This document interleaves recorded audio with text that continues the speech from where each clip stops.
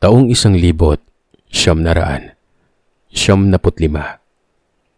Nang mag-cruise ang landas namin ni Pancho.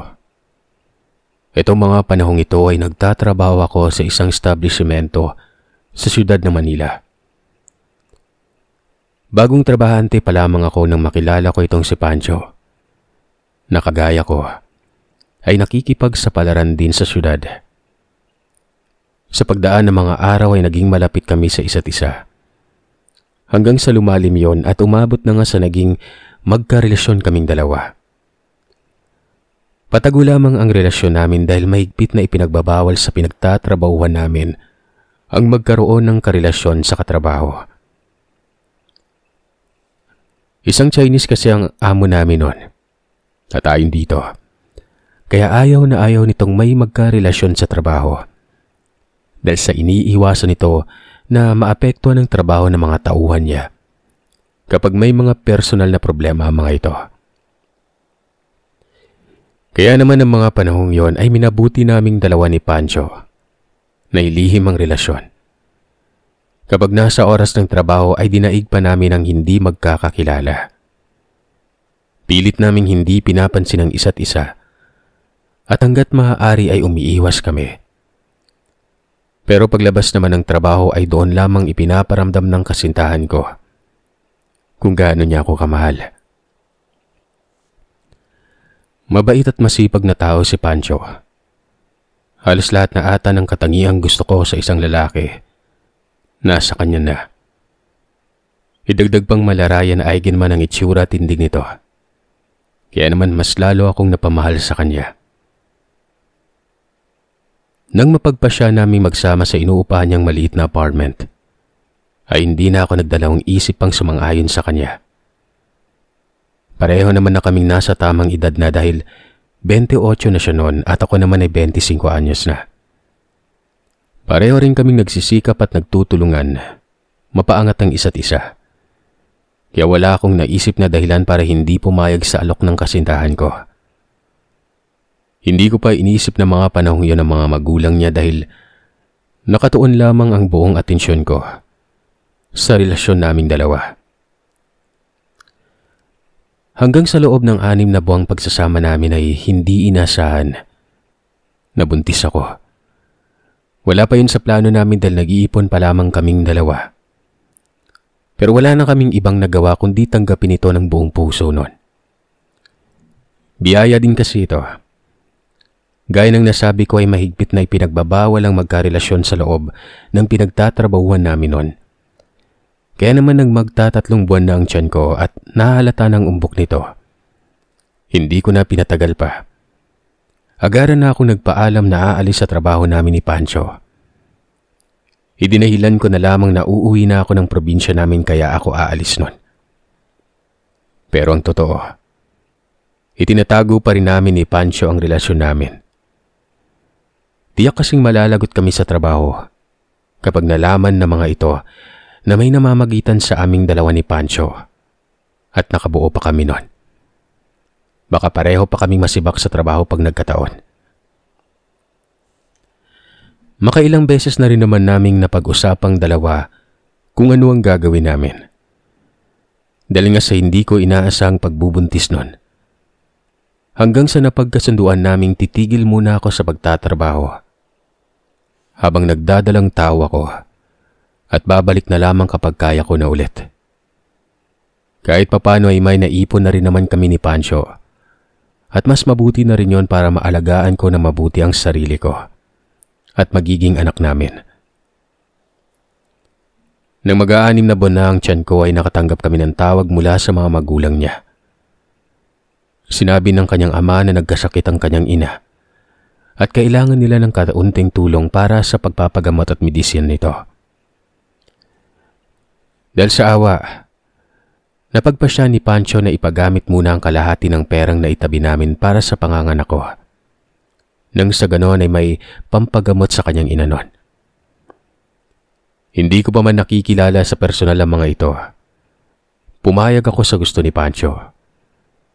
Tanging sa telepono ko lang kasi nakakausap ang mga magulang niya. At sa palagay ko ay mabait naman ang mga ito. Agad nang pinadala ni Pancho ang kanyang ama para makalabas na ng ospital ang kanyang ina. Tumaas raw kasi umano ang alta presyon ng kanyang ina noon, na naging dahilan kaya hinimatay ito at isinugod sa may ospital. Dahil sa pag-aalala na rin ay minabuti naming bisitahin ng mga magulang niya. Pagsapit ng Sabado ay bumiyahe nga kami patungo sa Barasesal, kung saan nakatira ang mga magulang niya noon. Mabuti na lamang at may 2 araw siyang walang pasok noon. Nang makarating kami sa lugar na kinatitirhan ng mga magulang niya, laking pagtataka ko. Liblib ang kanilang lugar at napapalibutan pa ng mga nagtataas sa mga puno at talahiban ng daan patungo sa bahay ng kanyang mga magulang. Inakala ko kasing nasa mataong lugar na sila nakatira noon, dahil ilang oras na lamang naman ang biyahe nito mula Maynila patungo sa kanila.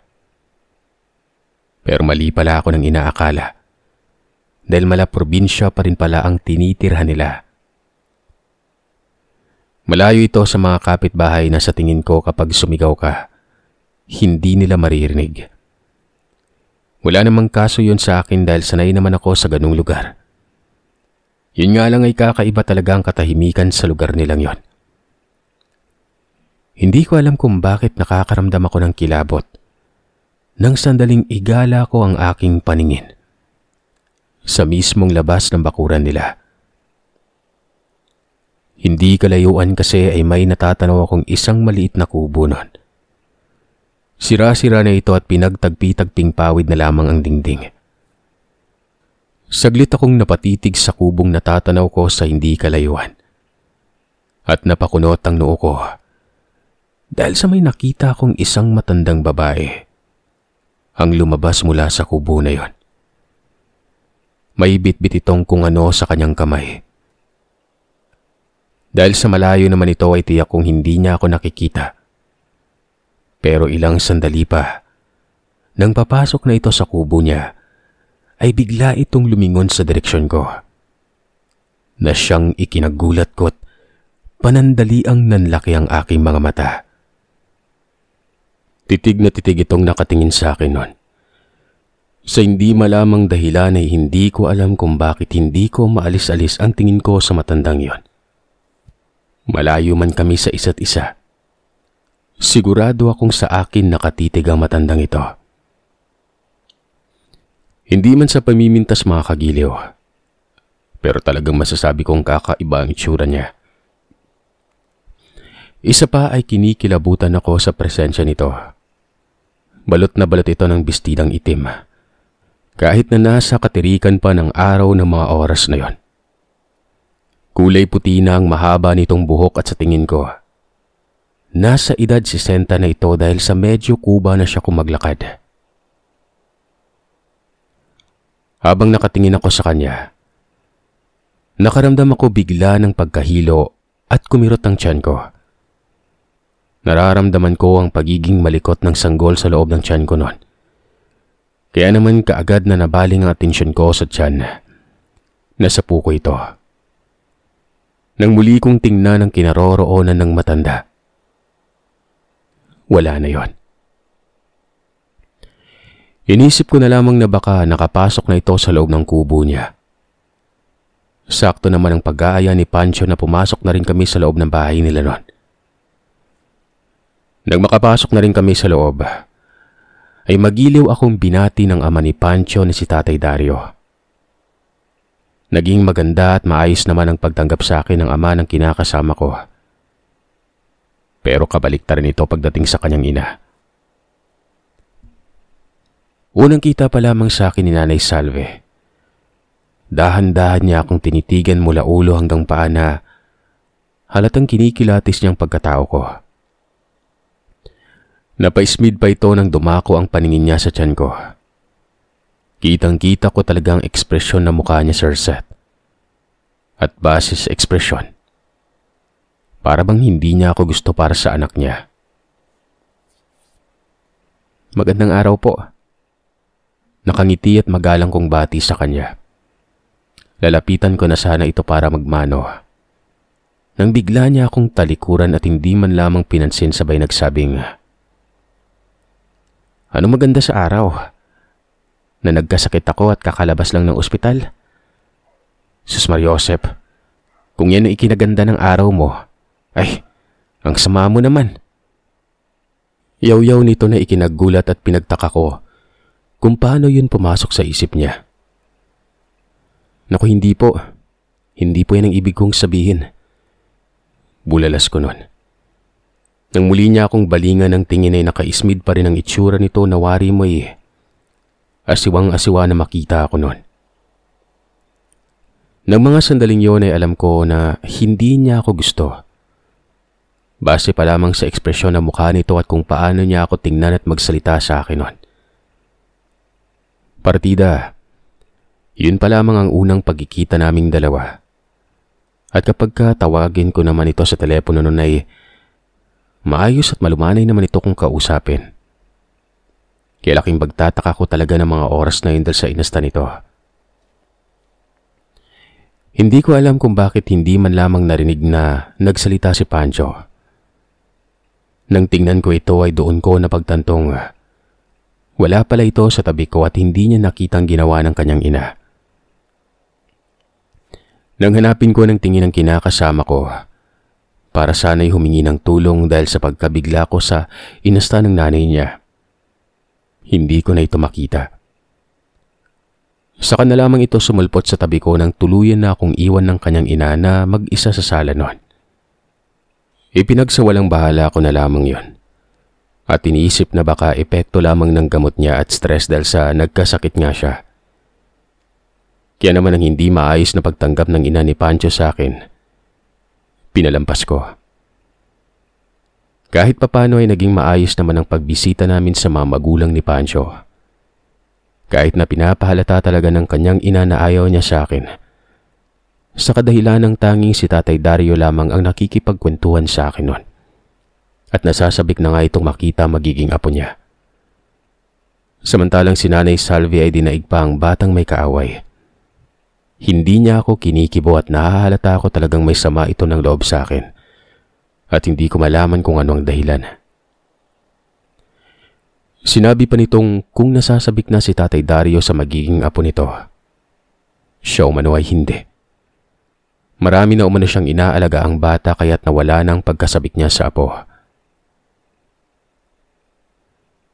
Imbis na ipagtanggol ako ng kinakasama ko, tinawanan niya lang ang kanyang ina at sinang-ayunan pa itong sobrang dami na nga daw nitong naalaga ang bata noon. Dahil naging tagabantay ito sa mga anak ng pinsan nila. Pilit ko mang itanggi mga kagiliw pero sumama talaga ang loob ko sa pagbisita namin yon. Pakiramdam ko ay pinagkaisahan kami na magiging anak ko sa bahay ng mga magulang ni Pancho. Sa isip-isip ko noon, kung hindi siya sabik makita ang apo niya, edi sana nanahimik na lamang siya, diba? Matapos ang pagbisita naming yon ay mas lumala pa ang problema ng mga magulang niya. Hanggang sa punto na naisip na ng kinakasama kong umalis na lamang kami sa nererenta naming apartment noon. At sinabi nitong makisama na lamang muna ako pansamantala sa bahay ng mga magulang niya. Habang siya naman ay makikituloy sa katrabaho namin na tanging nakakaalam lamang na may relasyon kami at magkakaanak na nun. Kaibigan ko din naman yon, kaya tiwala ako magiging maayos ang pakikituloy ni Pancho doon. Ano? Seryoso ka ba sa sinasabi mo? Gulat na tanong ko sa kinakasama ko at hindi ako makapaniwala. Pansamantala lang naman. Alam mo namang ako lang yung inaasa nila inay, di ba? Kapag nakapag-ipon tayo ng malaki-laki, sariling bahay na yung kukunin natin. Hindi na tayo mangungupahan pa ng bahay. Sayang kasing iuupa natin . Malaking tulong pa rin yan sa atin. Pangangatwiran niyang tugon nun. Napabuntong hininga na lamang ako sa sinabi ng kinakasama ko. May punto din naman kasing sinabi niya. Pero may agam-agam akong nararamdaman nun. Natatakot akong baka hindi ko makasundo ang kanyang ina. Tutol man ako ay hindi ko na napigilan pa ang desisyon ni Pancho. Tuluyan na nga kaming nag-alsa balutan ng mga gamit namin Habang naglilipat pa nga kami sa bahay ng mga magulang niya sinabi niyang mas mabuti na rin na mapalapit ako sa mga magulang niya nang sa ganoon ay may makakatulong sa akin kapag nanganak ako. Nang matapos na kaming maglipat at maayos ang mga kagamitan namin sa isang silid na may kalakihan, ay laking tuwa ako nang kibuin na ako ni Nanay Salve. Nawala agad ang sama ng loob ko sa kanya. Nang magiliw niya akong kinausap at kinamusta patungkol sa pagdadalang tao ko noon. Ayos naman po, Nay. 2 buwan na lamang po ay manganganak na ako. Nakangiti kong tugon sa kanya. Ay ganun ba? E di magandang tiyempo pa lang paglipat ninyo dito at makapaglakad-lakad ka sa bakuran ng may ehersisyo mong katawan mo at hindi ka mahihirapang manganak. Natutuwa nitong sabi habang nag-aayos ng mga halaman niya sa bakuran. Nasa labas kasi kami at tinitingnan kung naipasok na ba ang lahat ng kagamitan namin noon. Yun nga din po yung sabi ni Pancho. Maganda daw po dito sa lugar niyo at maraming pwede mo paglakaran. Ani ko. Abay oo naman. Maganda talaga dito, Iha. At malawak ang mapaglalakad-lakaran mo. Naku, paniguradong matutuwa at hindi ka mabuburyo dito dahil bukod sa napakatahimik, presyo ang sariwang hangin. Tugon ng hilaw kong biyanan. Matapos mag-ayos ni Nanay Salve ng mga halaman niya, ay nag-aya na itong pumasok para makapag-ayos na ng hapunan. Nagpatiuna nga itong pumasok sa bahay. Nung akmang susunod na ako sa kanya ay may nasipat akong taong nakatayo sa labas ng bakuran. Kaya naman napahinto ako at tiningnan ko ang taong yon.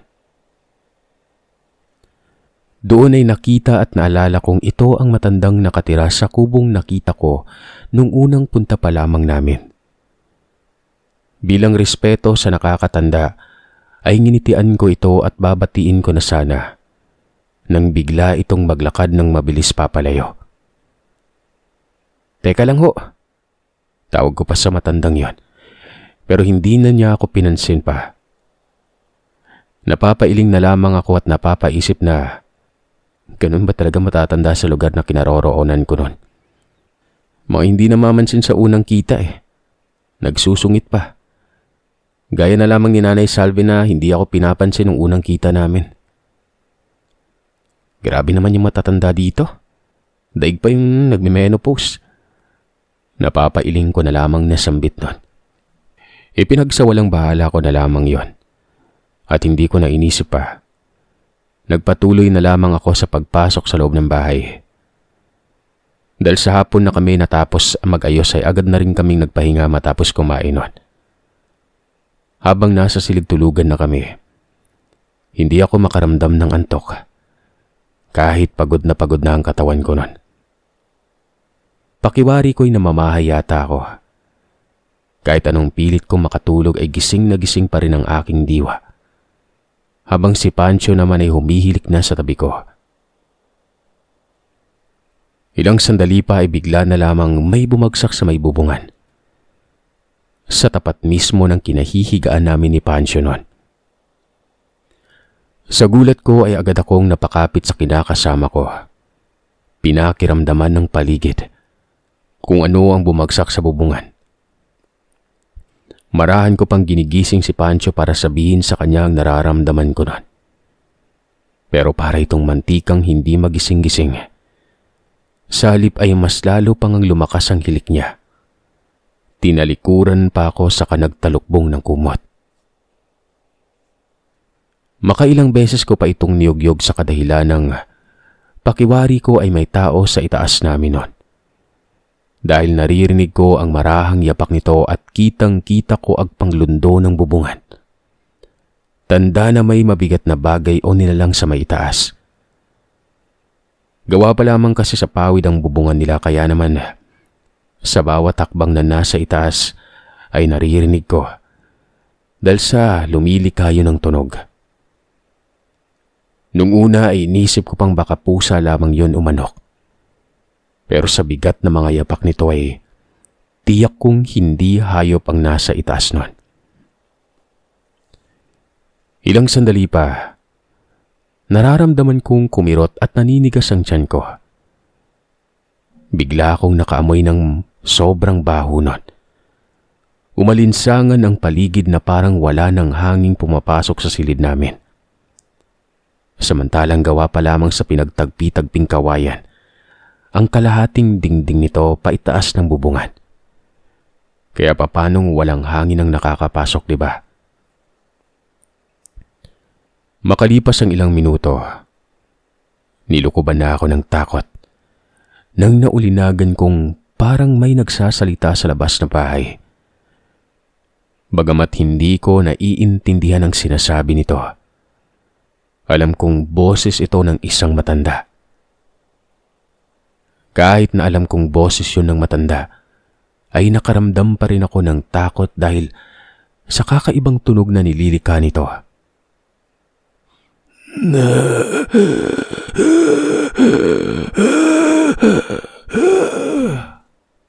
Para bang hinihika at nasusuka. Napakiwari ko ay bumubulong na lamang sa tenga ko nun. Kaya naman bumangon na ako at nilibot ang paningin sa buong silid para hanapin kung saan banda nagmumula ang boses na naririnig ko nun. Ilang sandali pa ay dumako ang paningin ko sa may bintana ng silid namin. Isang di pa lang ang layo nito mula sa papag na hinihigaan namin nun. Nakita kong nakaawang ito ng konti. At sa maniwala man kayo o sa hindi, doon ay nakita ko ang isang pares ng mapupulang mga matang nakasilip sa may siwang ng bintana. Sa gulat ko ay napasigaw ako at napatalon. Dahilan para madaganan ko ang kinakasama kong mahimbing nang natutulog nun. Agad naman itong nagising at nagulat din sa pagkakadagan ko sa kanya. "May aswang!" Bulalas ko. "Ano? Anong aswang?" Pupungas-pungas nitong tanong. Dali-dali ko namang tinuro ang bintana ng silid namin na nakaawang nun. Nang tingnan ko yon, wala na ang mga matang kanina lamang ay nakasilip sa amin. "Ano bang aswang yung pinagsasasabi mo dyan?" "Wala naman Nananaginip ka lang yata." Kakamot-kamot na wika ni Pancho at halatang naiirita sa nangyari nun. May aswang talaga. Totoo yung sinasabi ko." Wika ko sa kanya. Kahit na iritang-irita siya sa ginawa ko ay pinagtutulakan ko pa rin siyang tignan ang labas ng bintana. Hindi ako maaaring magkamali nun. Totoo talaga ang nakita ko. Hindi ako nananaginip. Katwiran ko pa sa kanya kung paano ako mananaginip hindi pa ako tulog. Dahil sa hindi nga ako makatulog sapagkat para bang namamahay yata ako nun. Irita naman itong bumangon at binuksan ang bintana para silipin kung naroroon pa ba ang sinasabi ko. "Ano bang pinagsasabi mo at anong oras na ba't gising ka pa?" Paggalit na tanong nito at padabog na sinara ang bintana. "May nakita nga akong aswang, Pancho. May sumilip sa bintana." Pulyaw ko rito dahil pakiramdam ko ay hindi ito naniniwala sa akin nun. "Magpatulog ka nga. Pagod na yung tao. Palibhasa wala kang ginawang maghapon Hindi ka nagbuhat ng mga gamit." Pasik na wika nito. Bumalik na sa higaan para matulog. Padabog na niyang hinablot sa akin ang kumot. Pagkatapos ay tumalikod na at ipinikit ang mga mata. Nang gabing yun ay hindi ako nakatulog dahil sa takot at sama ng loob. Yun pa lamang kasi ang unang beses na pinagsalitaan niya ako ng ganon. Sa loob ng 3 taong pagiging magkasintahan namin, ni isang beses ay hindi niya ako nagawang pagsalitaan ng hindi maganda. Kung kailan naroroon kami sa bahay ng kanyang mga magulang, ay ganon na lamang kung makapagbitaw siya ng mabigat na salita nun. Kaya naman dinibdib ko talagang sinabi niya ng gabing yon. Nahihinuha ko na rin na marahil ay yun na ang umpisa ng kalbalyo sa buhay ko. Siyempre buntis ako eh. Marami akong isipin pag ganun, di ba? Kinaumagahan ay parang wala lang kay Pancho ang sinabi niya sa akin kinagabihan. Maski ang sinabi ko sa kanya na may sumilip sa amin ay tila ba baliwala lamang dito. Parati lang siyang nakadikit sa inay niya at nakikipagkwentuhan dito. Sa tuwing tinatangka ko siyang kausapin, sumisingit sa amin si Nanay Salve. Hanggang sa bumalik na lamang ito ng Maynila para magtrabaho, ay hindi kami nakapag-usap ng maayos nun. Paano ba naman kasi? Parating nakabantay sa amin ang nanay niya. Doon ko lamang din napagtanto sa tingin ko na mamasboy ang kinakasama ko nun. Pinipilit ko pang huwag itong isipin at pansinin sa kadahilan ng batid ko namang matagal din silang hindi nagkasama. Pero yun talaga ang nakikita ko. Magmula nang mag-isa na lamang akong natutulog sa silid namin ni Pancho. Parati na akong naglalagay ng asin sa bintana at bawat sulok ng kwarto. Sigurado kasi akong aswang talagang nakita ko at hindi ako namamalikmata o nag-iinarte lang. Tubong samar ako kaya hindi na bago sa akin ang mga nilalang na ganito at iba pang mga elemento. Bata pa lamang ay naniniwala na ako sa ibang mga nilalang na kasama nating namumuhay sa mundong ito. Maging ang pangontra sa mga ito ay may mangilan-ngilan din naman akong alam. Kung hindi nyo na itatanong ay nagmula ang angkan ko sa mga manggagamot. Kaya naman ay hindi na bago sa akin ang usapin na ito patungkol sa mga kababalagan. Magmula din ang araw na lumipat kami ay parati na akong nakakakita ng matanda sa labas ng bakuran. O hindi naman kaya ay may babaeng nakatanaw sa hindi kalayuan sa bahay ng mga magulang ni Pancho. Sa tuwing tinatanong ko si Nanay Salve tungkol sa mga nakikita ko, sinasabi lamang ito na malamang ay may dumadaan sa labas ng bakuran. Hindi lang naman kami kasi ang nakatira sa lugar na yon. Masyado umano akong pakialamera. Pati ba naman ang mga dumadaan, inuusisa ko pa. Magmula noon ay hindi ko na ulit siya tinatanong pa patungkol sa mga kakaibang napapansin ko at nararamdaman lalo na sa pagsapit ng gabi. Sa tuwing kausap at tatanungin ko ay pabalang siya kung sumagot at madalas ay may laman talaga mga sinasabi niya patungkol sa akin. Halos lahat din ng kilos ko sa bahay ay kontrolado niya. Minamando. Kahit na kumikilos na ako ng kusa ay sinasabi niya pa rin ito na parabang wala akong ginagawa. Maging ang mga pangontra sa aswang na nilalagay ko sa loob ng silid tulugan, tinatanggal niya ng walang paalam sa akin. Makailang beses ko nang namamataan na wala ang mga asin at iba pang pangontrang nilalagay ko sa may bintana nun. Kaya naman walang sabi-sabi ay binabalik ko na lamang ito.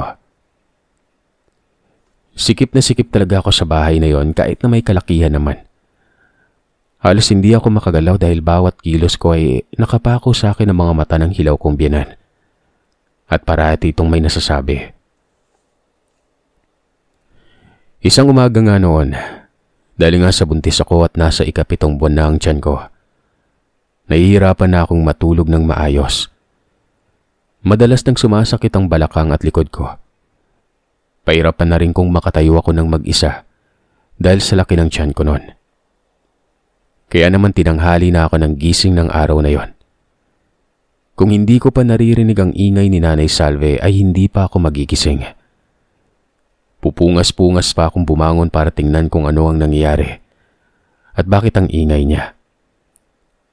Nga pala, may dagdag ko lamang na 3 lamang kami sa bahay nila ng mga panahong yon. Dahil nagsipagtrabaho sa ibang lugar ang iba nilang mga anak at pawang malalaki na. Kaya naman ako ang naging kaagapay ni Nanay Salve sa pag-aasikaso sa loob ng bahay. Kahit na malaki ang tiyan ko ay pinipilit ko pa rin kumilos noon. May mga oras lamang talagang hindi ko magawa dahil kailangan ko din namang magpahinga. Pakiramdam ko tuloy noon, Sir Seth. Para akong Dorinil. Yun bang may kasamang intrimitidang biyanan po? Basta, sa tuwing napapanood ko sa TikTok ngayon si Dorinil ay Naalala ko ang pinagdadaanan ko noon sa kamay ng binan ko. Balik na po tayo sa kwento. Nang papalabas na ako ng silid ay narinig ko ang boses nitong nagsabi ng, "Nakikitira na nga lang. Kung umasta parang donya. Anong oras na at tulog na tulog pa rin ang madam. Tingnan natin kung hindi yan mahirapan mga anak, katigas ng ulo. Papabayaan ko talaga yan sa oras na mga anak na. Nakakabwisit. Daig pang anak mayaman." Narinig kong yaw-yaw ni Nanay Salvi noon. "Ano ka ba naman? Hayaan mo nang magpahinga yan buntis eh. Parang hindi mo naman ipinagdaanan niya noon." Sambit ni Tatay Dario. "Hoy Dario, nung ako ay nagbubuntis pa lamang, hindi ako ganyan ka senyorita. Walang ginawa kundi ang matulog ng matulog. Sinabihan ng maglakad-lakad sa labas ay tingnan mo at anong oras na. Katirikan na ng araw, nakabulagta pa rin sa higaan at tulog na tulog." Singhal nito sa asawa niya. Napahilamos na lamang ako sa mukha ko at napabuntong hininga nun. Hindi ko alam kung paano ko ipagtatanggol ang sarili ko. Tiyak ko kasing kapag sumagot ako ay ako ang lalabas na masama at walang galang. Tama din naman siya na nakikitira lamang ako nun. Kaya naman noong mga sumunod na araw ay pinipilit ko ng gumising na maaga. Maglakad-lakad sa bakuran. Malawak naman ang bakuran nila at mapuno. Kaya ayos lamang kahit abutin ako ng katirikan ng araw sa labas dahil malilim naman yon. Habang naglalakad-lakad nga ako at nagpapaaraw ay napansin kong tila ba may nagmamasid sa akin mula sa hindi kalayuan. Kahit anong hanap ko nito sa tingin ko, hindi ko talaga makita nun. Pero ramdam na ramdam ko ang presensya nitong nakasunod sa akin. Kakaiba talaga yon at mabigat sa pakiramdam na hindi ko may paliwanag. "Abay magwalis-walis ka naman dyan. Nariyan ka na rin naman walisan mo nga mga kalat dyan." Dagli-dagli akong napahawak sa dibdib ko nang biglang magsalita si Nanay Salvi sa tabi ko. Dahil sa gulat nun. "Ginulat mo naman ako, Nay." Wika ako na makita ko si Nanay Salvi. Napakunot pa ang noo nito at iniabot sa akin ng walis tingting. Saka walang sabi-sabing naglakad pabalik sa loob ng bahay. Sinundan ko na lamang ito ng tingin at nang tuluyan siyang makapasok. Magwawalis na sana ako nang makita ko ang matandang babaeng nakatira sa kabilang kubo. Nasa tapat ito ng tarangkahan at titig na titig lang sa akin at sa tiyan ko. "Magandang umaga ho. Ano pong kailangan nyo?" Tanong ko at nilapitan ito. "Ilang buwan na yan, iha?" Balik tanong ng matanda sabay itinuro ang tiyan ko. Nagtataka naman ako at napatingin din sa tiyan ko nun. Magwawalong buwan na po." Sagot ko. "Ang lusog ng sanggol. Ang taba-taba niya. Ang bango-bango pa." Nakangisi nitong sambit habang nakatingin sa tiyan ko. Gumagaralgal pa ang boses nito na animoy puno ng plema ang lalamunan. Nasapuko naman ang tiyan ko nang maramdaman kong naninigas ito at kumikirot nun. "Sinisigurado ko po talagang malusog yung anak ko. Ano po bang kailangan nyo?" Muli kong tanong. Saglit itong natigilan at napatingin sa akin ng may pagtataka sa mukha niya. "Kailangan ko ay makikiinom lang sana ako ng tubig. Naubos kasi yung tubig ko sa bahay." Tugon nito. "Ganun po ba? Sige po, sandali lang . Bubuksan ko lang po ito nang makapasok kayo." Sambit ko at inilagay ng nakabaliktad ang hawak kong tingting sa gilid ng tarangkahan para buksan ito. Nang tuluyan ko nang mabuksan ang tarangkahan ay inaya kong pumasok muna ang matandang yon. Para sa loob na siya ng bakuran maghintay. Nakakaya kasi kung hindi ko siya papapasukin at baka mainip siya nito. Akmang papasok ng matanda nang bigla itong matigilan at nagsalubong ang kilay nito na parang nagagalit. "Tuloy po kayo. Wika ko. Nilakihan ko pang bukas ng tarangkahan. Dito na lang ako maghihintay. Sambit nito habang nakatingin sa tingting na nakabaliktad sa gilid nun. Nagmadali na akong maglakad papasok sa loob ng bahay. Nang mga sandaling yun ay nakaramdam ako ng kaba at takot. Dahil sa pagkakaalam ko, isa sa mga pangontra ng aswang ang walis tingting na nakabaliktad. Marami na akong kwentong naririnig patungkol sa ganon. Ayon naman sa mga ito ay hindi makakapasok o makakalabas ang aswang kapag may tingting na nakabaliktad sa tarangkahan o sa pintuan man.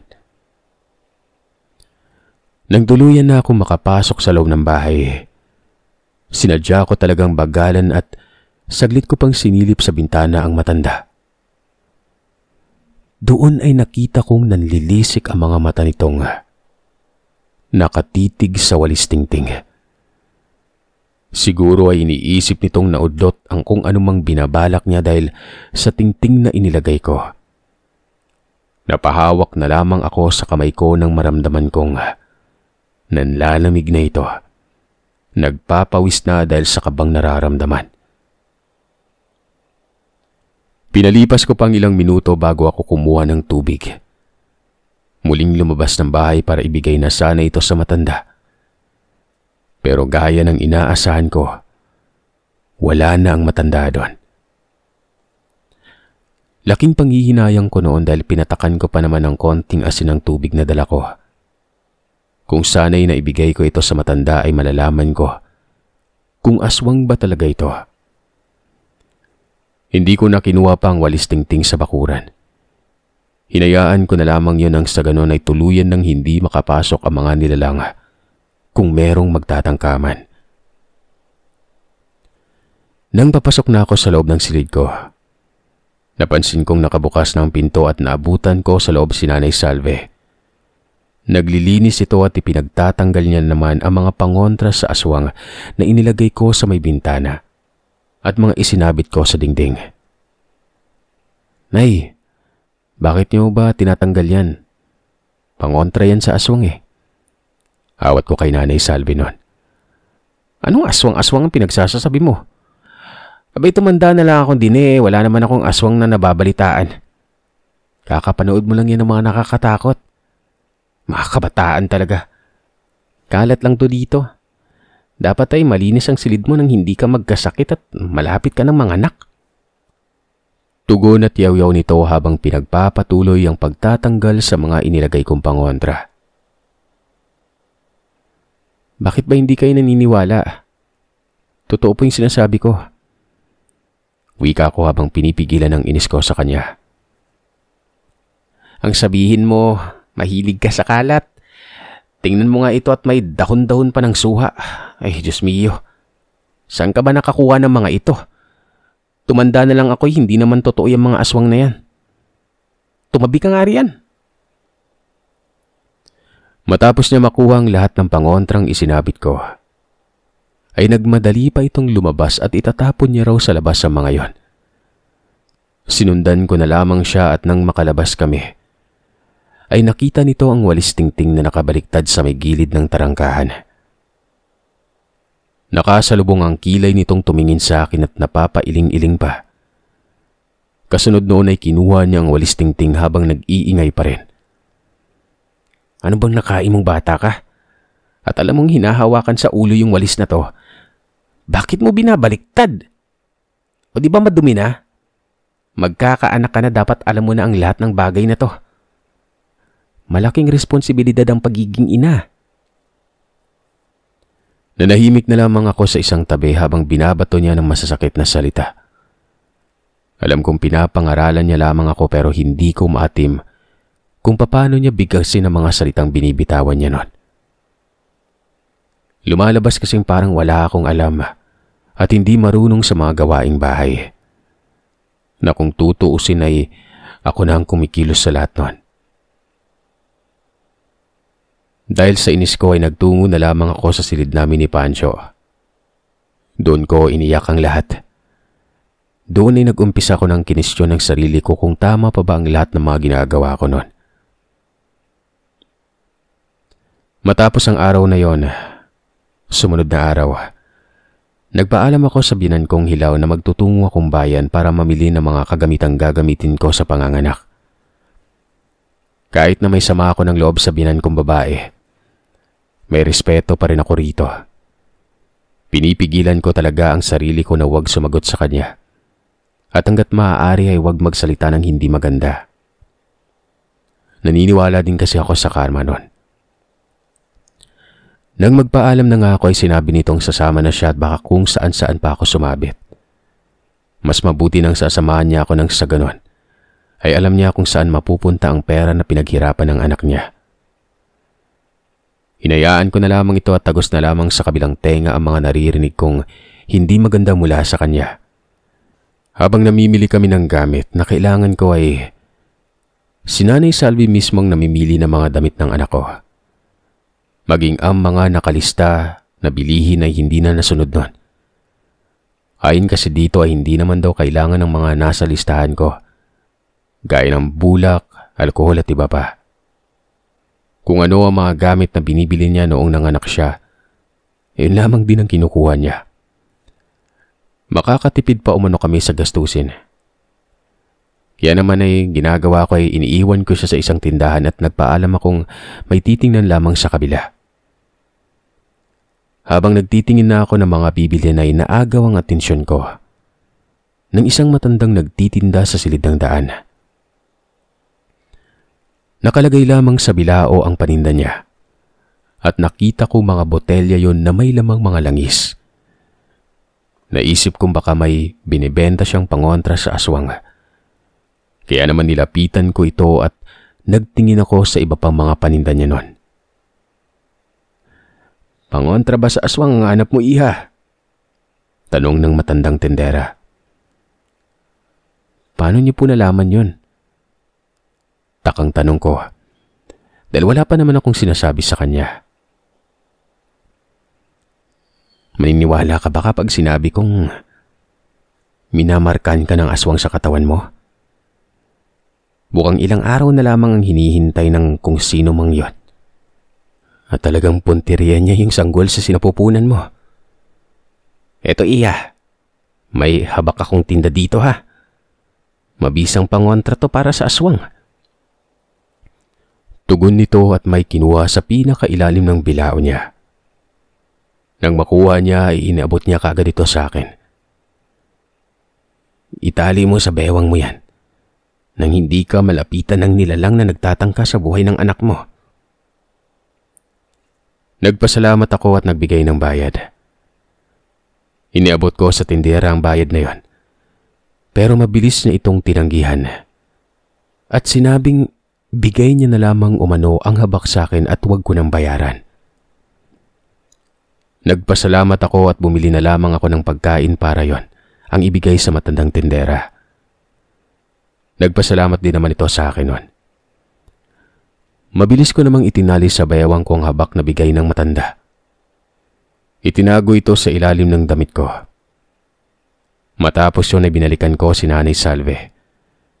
Nabili ko na rin naman ng halos lahat ng nasa listahan ko noon.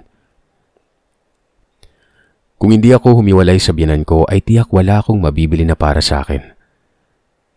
Nang mabalikan ko pa nga ito ay galit na naman ito at kung ano-ano naman ang sinasabi dahil sa tapos naman na ako mamili ay hinaya ko na lamang itong umuwi na.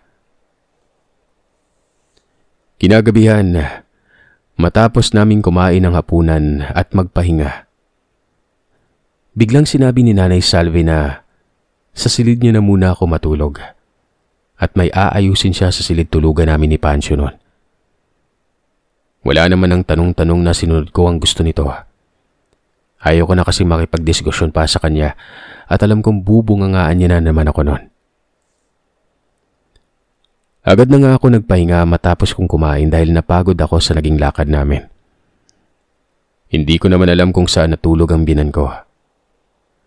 Mabilis pa sa 4:00 nilamon ako ng antok at mahimbing na nakatulog. Habang nasa kasarapan ako ng pagtulog noon, Nalimpungatan ako nang makaramdam ako ng pag-aihi. Kaya dali-dali akong bumangon at nagtungo sa banyo. Matapos kong umihi at pabalik na ako sa silid na tinutulugan ko, bigla akong napahinto. Tumapat ako noon sa silid namin ni Pancho. Bukas na bukas kasi ang pinto nito at naaaninag ko sa gilid ng mata ko ang isang bulto ng taong nakatayo sa papag. Hindi ako agad nilukuban ng takot nang makita kong nakadaga nito sa natutulog kong biyanang babae. Bagamat patay ang ilaw sa loob ng silid, ay alam na alam kong hindi tao ang nakadagang yon. Nagtatayuan ang mga mahahabang buhok nito na animoy may sariling buhay, habang ang biyanang babae ko ay mahimbing na natutulog nun. Hindi ako kaagad nakagalaw sa kinatatayuan ko at tila ba biglang nawala ang boses ko dahil sa nakita kong ito ang matandang babaeng nakatira sa kubo nun. Nakakakilabot ang itsura nito na animoy asong butot balat na lamang. Payat na payat. Amoy na amoy ko ang mabaho nitong samyo. Marahang gumapang pababa sa tiyan ni Nanay Salve ang nilalang na nakadagan sa kanya, na mas lalong nagpakabog sa dibdib ko noon. Nang tumapat na ang mukha ng nilalang sa tiyan ng binan ko, lumabas sa mahaba nitong dila at gamit yon. Iniangat nito ang damit ni Nanay Salve. Nang makita ko ito ay suot-suot niya ang damit na pinaghubaran ko noon. Saka lamang ako nabalik sa ulirat nang biglang humiyaw ang binan kong babae. Nagising ito at nagsisisigaw dahil sa nakitang nilalang na nakadagan sa kanya noon. Dali-dali naman akong nagtungo sa kusina para kumuha ng itak at asin. Saka bumalik agad sa silid kung nasaan ito at ang nilalang na yon. Naabutan kong dinudumog na ng aswang si Nanay Salve. Dali-dali kong sinabuyan ng asin ng nilalang. Sumaktong napalingon ito sa akin kaya tumama sa kanyang nakakatakot na mukha ang asin na sinaboy ko noon. Agaran itong napaatras kaya naman nahataw ko ito ng hawak kong itak. Bumulahaw sa paligid namin ng malakas na pag-angil ng nilalang at mabilis itong kumilos noon. Tumalon ito palabas ng bintana. Nagtatatakbo palayo ng bahay habang umaangil. Dali-dali kong sinara ang bintana, lumabas ako ng bahay para itarak sa lupa ang itak na ginamit ko sa aswang na yon. Nakita ko kasing may bahi dito ng dugo. Tiyak kong nasugatan ko ang nilalang na yon. Matapos kong maitarak sa lupa ang itak, dali-dali kong binalikan ang biyanan kong natulala na sa loob ng silid dahil sa takot. Sabi ko naman sa iyo, Nay, totoo yung mga aswang na yan. Nag-aalala ko itong inakay patungo sa sala at binuksan ko ang lahat ng ilaw. Grabe ang iyak nito at napayakap sa akin dahil sa takot noon. Nang tanungin ko kung nasaan si Tatay Dario, ay sinabi niyang nagpaalam ito na makikipag-inuman sa mga kumpare niya. Kaya naman palang lakas ng loob ng nilalang na yon na looban kami dahil dalawa lamang kami ng binan ko sa loob ng bahay na yon. At inakala nitong binan ko ang buntis dahil suot nito ang damit ko. Naiwan pa ron ang amoy ko. Nang malaman ko yon ay matapos kong gamutin ang mga kalmot na natamo ni Nanay Salve dala sa aswang, ay naglagay ulit ako ng mga pangontra doon. Tumulong na nga din ang binan ko at magkatabi pa kami nitong natulog ng gabing yon. Inumaga na sa inuman ng binan kong lalaki. Kinabukasan pagising ko ay puno ng pangontra ang loob ng bahay. Matapos din ang pangyayaring yon ay naniniwala ng binan ko na totoo ang mga nilalang na aswang at may mga kababalagan din nangyayari sa paligid namin. Makalipas ang ilang araw ay hindi ko na nakita pa ang matandang babae na nakatira sa may kubong natatanaw ko mula sa bahay ng mga binan ko. Magmula noon, nagbago na rin ang pakikitungo sa akin ni Nanay Salve. Naging maayos na ito at itinuring niya na rin akong tunay na anak. Hindi na ako nakakarinig ng masasakit na salita. At higit sa lahat ay hindi niya na ako sinisiraan sa mga kalapit-bahay. Alam niyo, nagpapasalamat din ako sa matandang aswang. Kung hindi dahil sa kanya ay hindi magbabago ang pakikitungo sa akin ng hilaw kong biyenan. Ang hindi ko lang din talaga natanong sa kanya ay kung bakit suot-suot niya ang damit ko ng gabing yon.